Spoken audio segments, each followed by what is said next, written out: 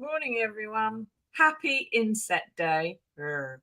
And welcome to the News Agenda with me, Fleet Street Fox. And today, I'm morning, Corab. Today, I'm joined by the Mirror's Deputy Political Editor, Ben Glaze. Now, morning, Ben. Morning. Luckily, is doing this from home because he can't get to Westminster. Morning, Dawn. Now, this is the People's Paper Review, so get into the comments, ask us your questions. The best ones do get a News Agenda mug. So, what have we got today? Well, the Mirror has splashed on news that the Queen is planning to carry on working through COVID, even as the Prime Minister is going to announce today that he is lifting all coronavirus restrictions. Now, Cabinet is expected to sign off on the plan this morning with an announcement to Parliament at 3:30, followed by one of those broadcasts to the nation, which we all stopped watching about a year ago by the Prime Minister. But the thing is, Ben, this isn't brilliant timing, really, is it? Because half the nation is preparing to throw off all concern for others, while the other half is hyperventilating about the health and knock-on economic impact of a 95-year-old who coincidentally is the best protected 95-year-old in the country, and yet who still managed to get this disease and whose health is still a worry, even though she's triple jabbed. So why is Boris Johnson doing it now? Well, 12 days ago at the last Prime Minister's questions for the February half-term recess, Prime Minister sort of pulled a little rabbit out of his hat saying that he was going to update the Commons on the first day back after the recess, which is today, and his plan would be to ease off all the restrictions. Now, the Queen's diagnosis yesterday, or the announcement from the Palace yesterday that she had corona, that's terrible timing from the Prime Minister's point of view, because all this has been set in train that it was going to happen today, more than 2 weeks ago. They couldn't let the Queen having corona derail that plan, because what sort of a message does that send? Plus, the Palace were letting it be known yesterday that the Queen plans to carry on with some of her lighter duties at Windsor. So she wants to carry on as normal. So she wouldn't want her government, as it were, to stop doing what it was going to do anyway on her behalf. But the optics of it don't look great, that the Prime Minister wants us all to now sort of go back to normal when, you know, our head of state, the Queen, has finally, after 2 years really of being protected from this virus, finally been struck down by it. Yeah, exactly. Now, and of course, he pulled that rabbit out of his hat in the middle of the Partygate hoo-ha when he was fighting for his political career. So here he is now sort of having to follow through on it. Mike says, will the Queen continuing to work mean that for those with COVID, it's okay to work from home? This is one of the other things. You've got these rules that they're going to be scrapping today, or is going to be announcing the scrapping of today, Ben, include the ones about self-isolation. And there are going to be a lot of employers who say, well, look, the Queen keeps working through COVID.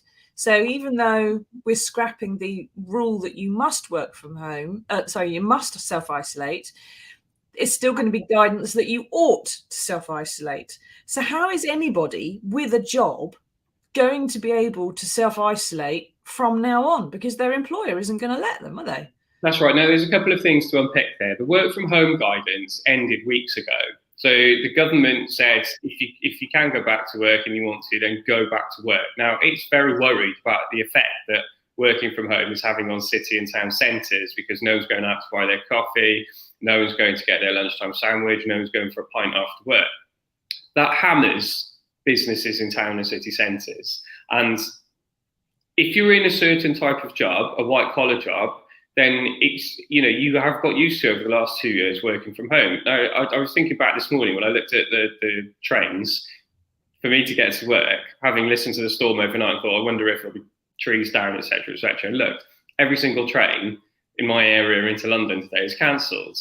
Now, 2 years ago, before Corona, that would have been a panic. How on earth am I going to get to work? How am I going to do my job? Over the last 2 years, it's not been an issue. So I just sent a text message saying, I'm going to have to work from home today.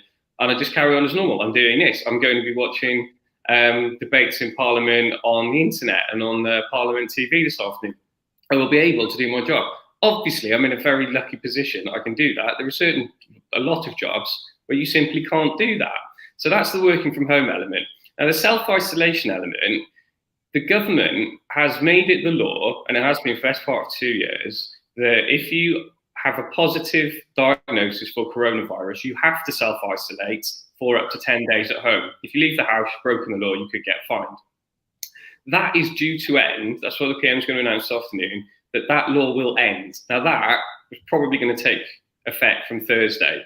Now, what the Prime Minister doesn't want you to know is that all this was going to finish in a month anyway, because the laws had a sunset clause that they would lapse around on March 24th, which of course was a 2-year date from the first lockdown that we all remember was so dramatic. It's only brought it forward by a month, but by presenting it as we're going to be one of the first countries to throw off the shackles and Freedom Day is here, he does get to curry favour with his backbenchers who, going back to your point about Partygate, they hold his fate in their hands. So if you can throw them this bit of red meat, chucking off the restrictions a month earlier than they would have lapsed anyway, well, that gives him a bit of positive standing amongst the backbenchers who hold his fate in their hands. Exactly. Now, as Jean said up in the comments there are some people should still be practicing social distancing and isolating and wearing masks and so on. And Amy here says, I don't give two hoots about the Queen. It's the clinically vulnerable I'm worried about. How can they protect themselves now? It's interesting, isn't it, Amy and Ben? We've got here there are people all over this country who have disabilities, people who are going through cancer treatment and have immune system suppressed at the moment through no fault of their own. And here we've got a 95-year-old who has her own private doctors, who is the best looked after person in the country, whose staff have bubbled for 2 years in order to keep her protected, who's triple jabbed. But because she's 95, she is also amongst the clinically vulnerable. She has naturally a suppressed immune system. She is less able to fight things off. She's had some other health problems in the past couple of months.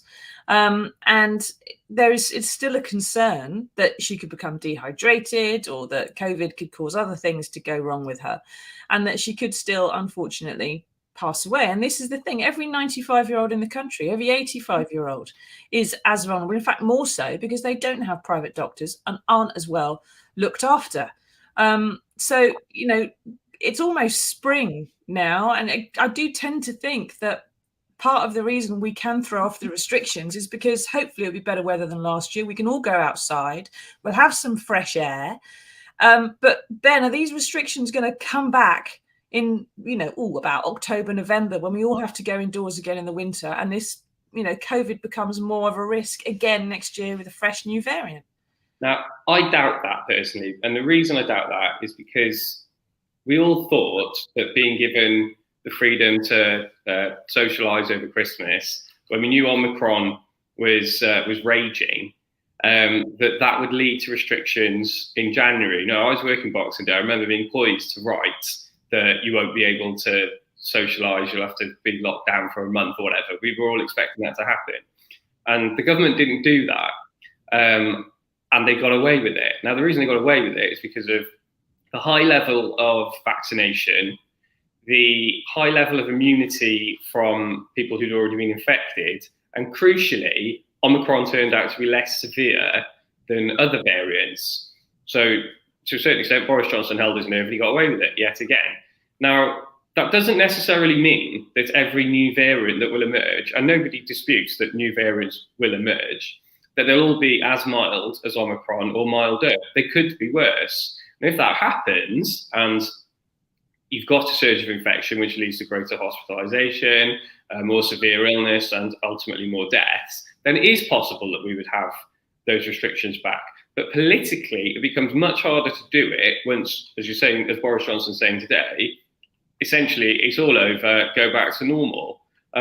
In terms of the self-isolation, whilst it won't be the law, the government wants you to self-isolate if you've got the infection, if you've got corona, but they don't want it to be the law. So going back to the original question, for certain workers who feel the pressure, particularly low-paid workers who might not get paid if they don't go to work or they don't qualify for statutory sick pay or it's too little, then they'll feel obliged to go to work because they can't work from home.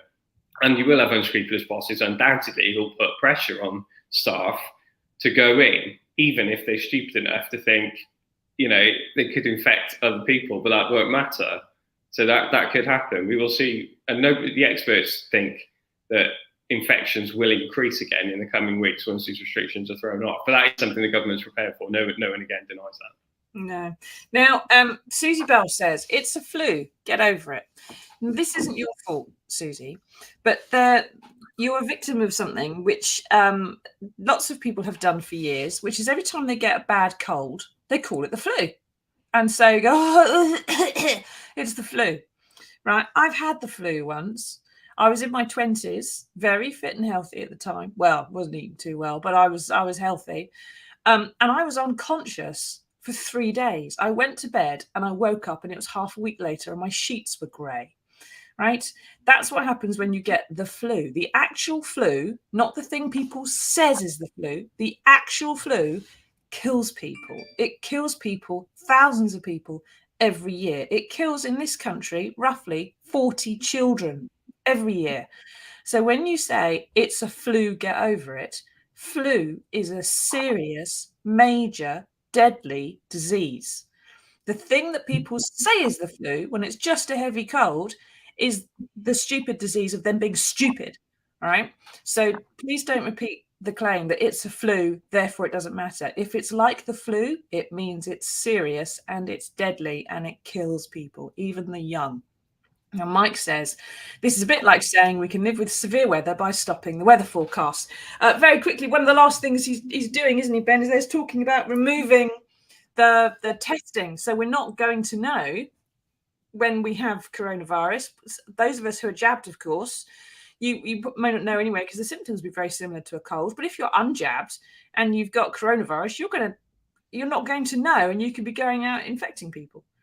Do you remember when Donald Trump was president and corona started to hit the US, and obviously it was his presidential election year, and he said something like, if you want to have fewer cases of corona, do fewer tests. Now, obviously it was an odd thing to say, but what he said was sort of correct. What he meant was, if you want to know, if you want to pretend you've got fewer cases of corona, do fewer tests. If you only do one test, you can only diagnose one case of corona. If you've got millions of tests, potentially you can diagnose millions of cases, obviously. I was just looking at some of the stats last night, and yesterday there were 25,696 new cases of coronavirus reported, and that was on a Sunday when reporting over the weekend is much, much lower.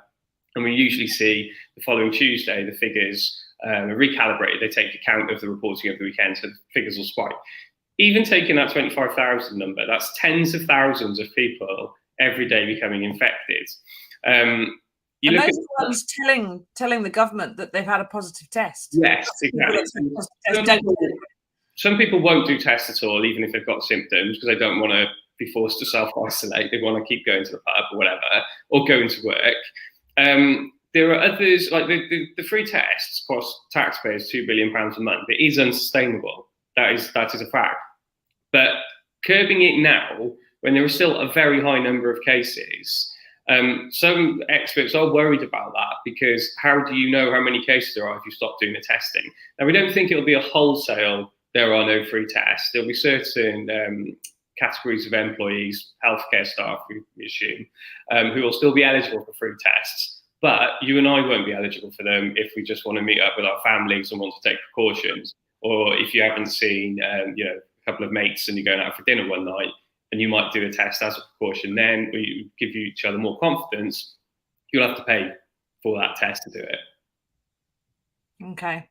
Now, Jade says, what about long COVID? This is another problem no one seems to care about. It's going to be a problem that we care more about in the future, because as COVID recedes, if that's what's going to do, long COVID and the effects of it, which is about 1 million people who have suffered this, and they're going to be off work and they're going to be expecting extra health support and so on, and benefits as well in some cases, are going to be very much the issue of next year and the year after, and probably many years after that as well, perhaps, until there is actually some proper research into the reasons for long COVID and how it works and how it can be fixed. Bernadette says it's a ridiculous move. We'll find out, won't we, in the fullness of time, whether Boris Johnson's a genius or not. Some of us think we know the answer to that one already. Now, we've got to move on to some other stories. Keep asking us your questions. What do you think about the Queen falling ill with COVID, and whether this is the best possible timing for the day to lift COVID restrictions? Are you worried about it? Are you looking forward to it? Let us know what you think. But while all this is going on, there's something important bubbling away elsewhere, which is something that's quite close to my heart. Now, regular viewers will know that for the past 20 years, I've reported for the Mirror's campaign for recognition of Britain's nuclear test veterans, those men who took part in radiation weapons experiments during the Cold War. Now, their wives have 3 times the normal rate of miscarriage. Their children have 10 times the usual rate of birth defects. There's elevated risks of leukemia and Down syndrome. The grandchildren are 8 times more likely to have birth defects. Overall, infant mortality for test veterans is 5 times what it is for you or me, Ben. Now, on Saturday, a group of these veterans, along with their wives and descendants, held a seminar in Manchester where they shared their experiences. And for most of the day, it's fair to say there wasn't a dry eye in the house. And here's a video of one of those moments. But while you guys didn't know about some of this, we do have documents which establish that those who were ordering weapons tests did know of the genetic hazards, and that they did know there would be no safe dose limit below which you wouldn't expect to see some kind of genetic response to what happened. So can I just quickly ask for a quick show of hands on the stage? Everybody there who has had cancer, can you raise your hand, please? All of them. Okay, thank you. Everybody on the stage who has lost a child, please, whether it's a miscarriage or no death. All of them. Now, go on. I had tearing up again seeing that. Now, there was that was a shocking moment, because I don't know all the men that were on that stage. I haven't interviewed them all before. I didn't know those facts about them before I asked the questions. It was just a guess that a majority of them would probably put their hands up to those kinds of questions. And it really puts the lie, I think, to the MOD's insistence that these men have no proof of any harm being done to them, because the proof of the harm that was done to them was sitting in that room in Manchester at the weekend. And there's Andy Burnham, who was there and came along with one of the veterans, John Morris, his daughter Liz Bacon, and the granddaughter Laura Morris. And Steve, who's there, is one of the descendants, says it was an emotional day. How can the government airbrush us from history? Ben, it's difficult to sort of ask a question about it, really. And I know that you're going to think, well, you say you or Susie, you're the expert in this, blah, blah. But how can the Ministry of Defence, because you do a lot of reporting on the MOD, how can the MOD ever see or hear about something like that and still insist that there is no evidence? Because they only had records, radiation dose records, for 21% of all the men who took part in the tests. They weren't taking records of everything. And like I say, the evidence was there in the room, really. How can the MOD keep insisting that this just isn't a thing? Yeah, I mean, because, Susie, they haven't sat through those seminars that you have, because they haven't talked to a lot of those veterans and their families that you have. The Ministry of Defence, like lots of other Whitehall ministries, like lots of other officialdom and bureaucracy, doesn't deal with humanity a lot of the time. They've got their official reports into this, and they've got stats from that, and there's not, the data collection back when we were carrying out these nuclear tests was very different from the data collection that we would expect today. But they've got stuff in black and white facts and figures, but they don't hear the stories, and they don't look into in the detail the stories of birth defects and cancers that obviously suggest that there is a link. And you do, from time to time, there have been defence ministers who've been more sympathetic to giving a hearing to test vets and their families and the campaign. But what hasn't happened is that someone senior enough has done something about it in office. And like this has gone on for years, as you know, obviously, and successive defence secretaries. Now, the hope is that by Labour taking the approach that they have, one, that they can put pressure on the government whilst Labour is in opposition, and then two, if and when Labour does form a government again, they can actually do something about it in office.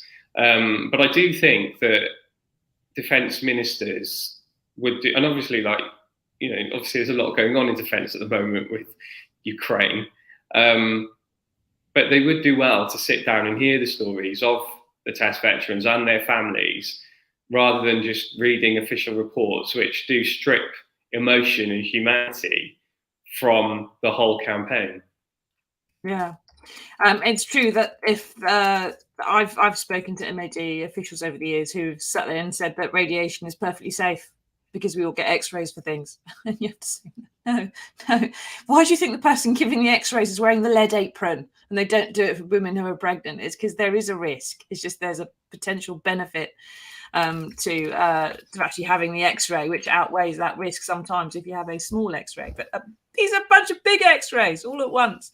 Now, at this seminar, there were a number of powerful speakers lending their support from across the political spectrum, it's got to be said.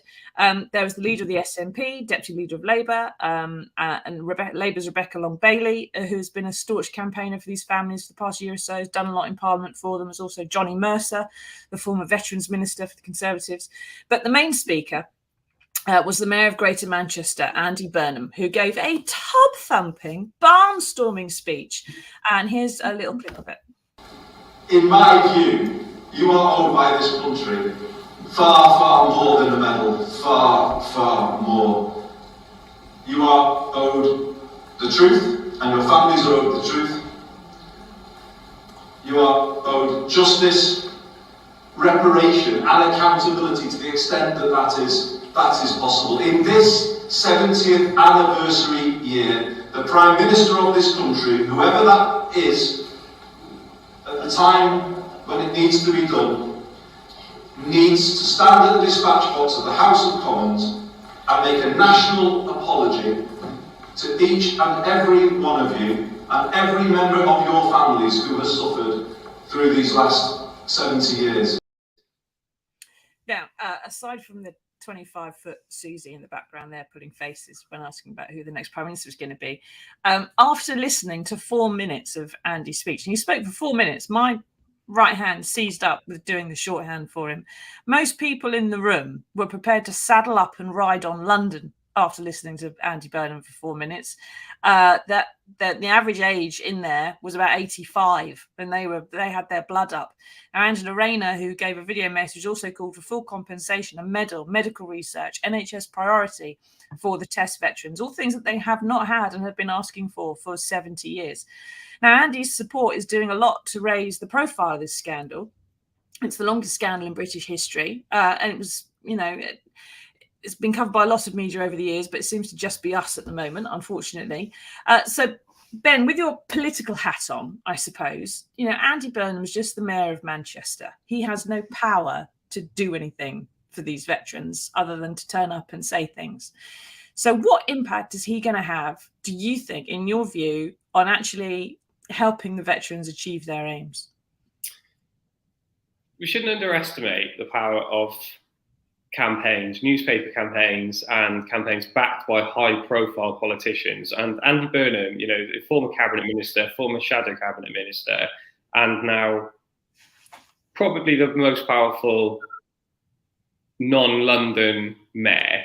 We might vie with West Midlands Andy Street for that title. But he does have a lot of power, and he is a very passionate speaker and campaigner.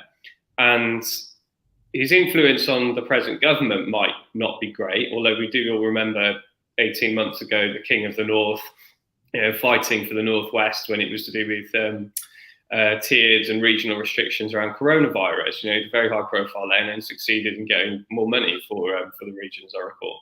But he does obviously have big influence on Keir Starmer and the current Labour hierarchy. Now, if he can persuade Labour, to take up this case, if Keir Starmer, for example, asked questions about it in Prime Minister's Questions on Wednesday, that would bring it to even wider attention, would force the Prime Minister to act. We've had a succession of backbench MPs have asked questions every now and then of Prime Minister's questions, but it does have more impact, obviously, if it's the leader of Her Majesty's official opposition doing it.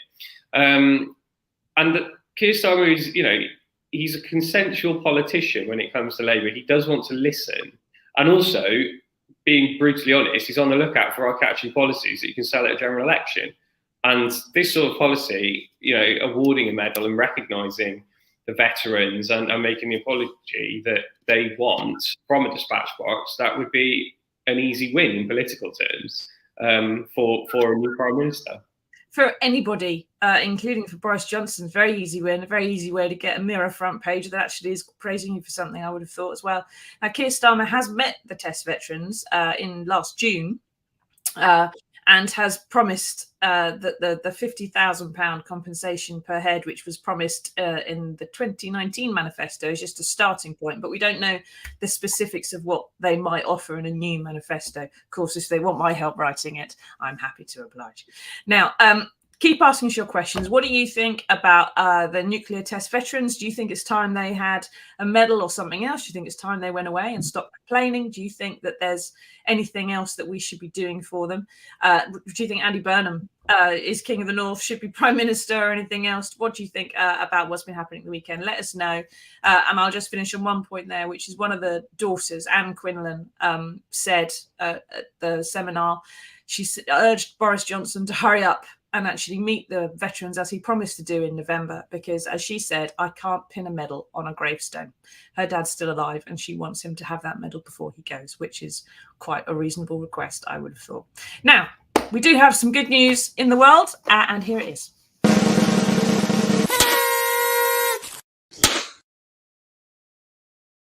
Now, the Olympics in Beijing have been mired in talk of human rights abuses, people having their penises frozen solid, and other things, Ben. But Team GB have finally won their first gold in the women's curling. So the sport that swept into our hearts 20 years ago when the Scottish team first won has done it again, it would seem. But what really caught my eye in this piece, Ben, was that the curling chief, Nigel Holl, there's a curling chief, right? And he's not a hairdresser. He's an actual chief of curling.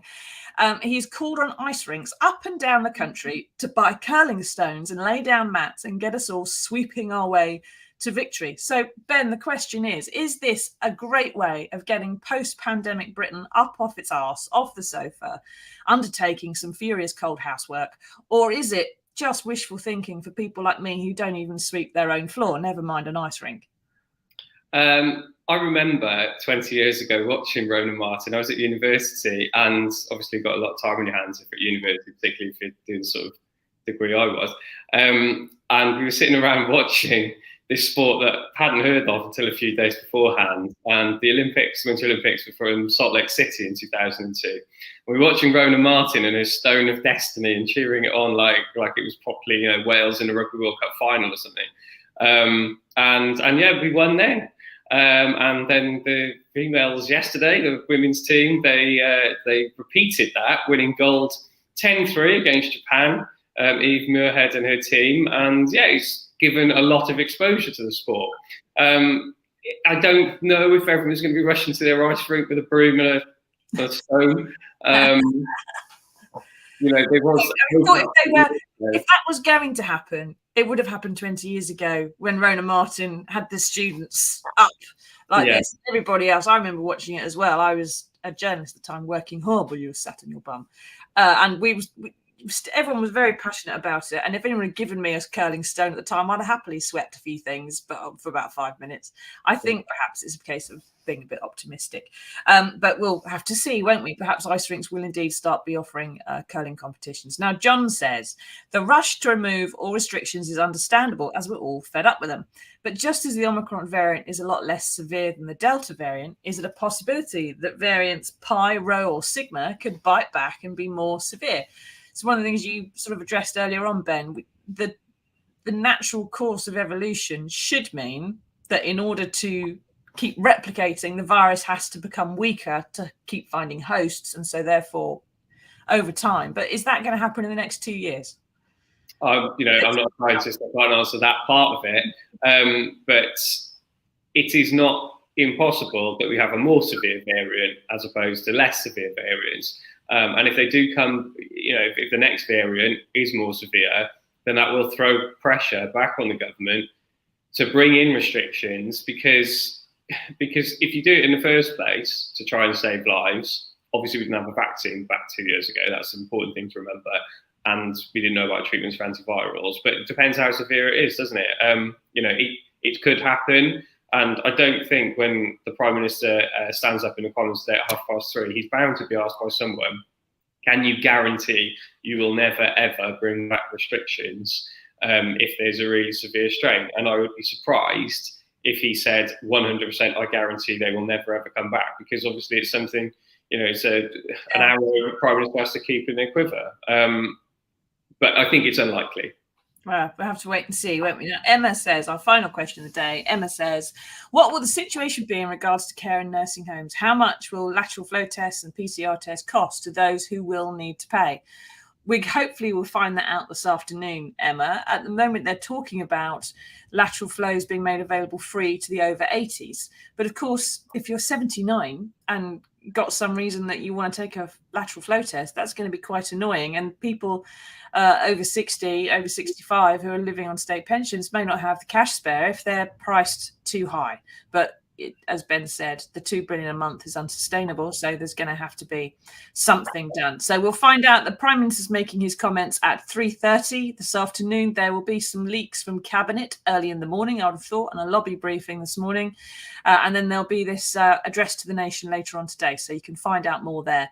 Thank you very much for joining us, Ben. Thank you, everyone, for taking part. Thank you, Andy Burnham. And we'll see you all again on Wednesday for another edition of the News Agenda. Bye-bye.